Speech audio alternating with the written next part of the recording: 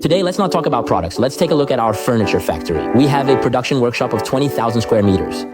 The first thing that catches the eye is our carpentry workshop, where the wood needs to be cut and assembled, and glass is used for positioning to achieve a level and vertical effect.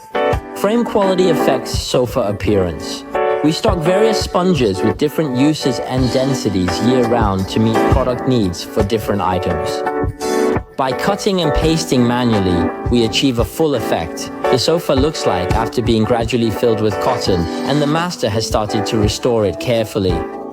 Purchased leather can't be used directly for production. Now it's semi-finished, not ready for use yet. The master with OCD will mark each of the positions with cow scars and cut off a large amount of unproductive leather. Then there are skilled craftsmen with over 10 years of experience in leather stitching, using German machines to polish materials. At the same time, the framework here has also reached the final step: snake-shaped springs, super strong bandages, grids, and positioning lines, none of which can be missing. This determines the support and lifespan of soft furniture. The final sealing skin process is crucial, and the sealing skin component requires no color variation. No cracks, no scratches, no wrinkles. Bottom should be tightly fastened, properly aligned, and not slanted. Clean up. Each process is closely linked in order to present the perfect effect of the final product.